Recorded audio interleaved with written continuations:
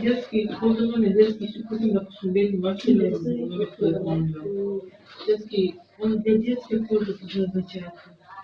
Конечно, для бебек детей.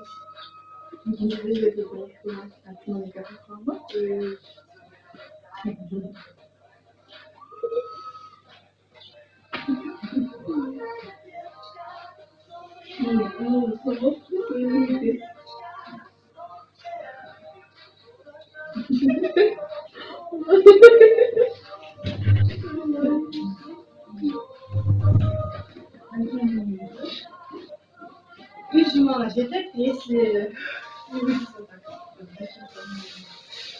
ben karanlıkta görüyorum. 5.000 lira.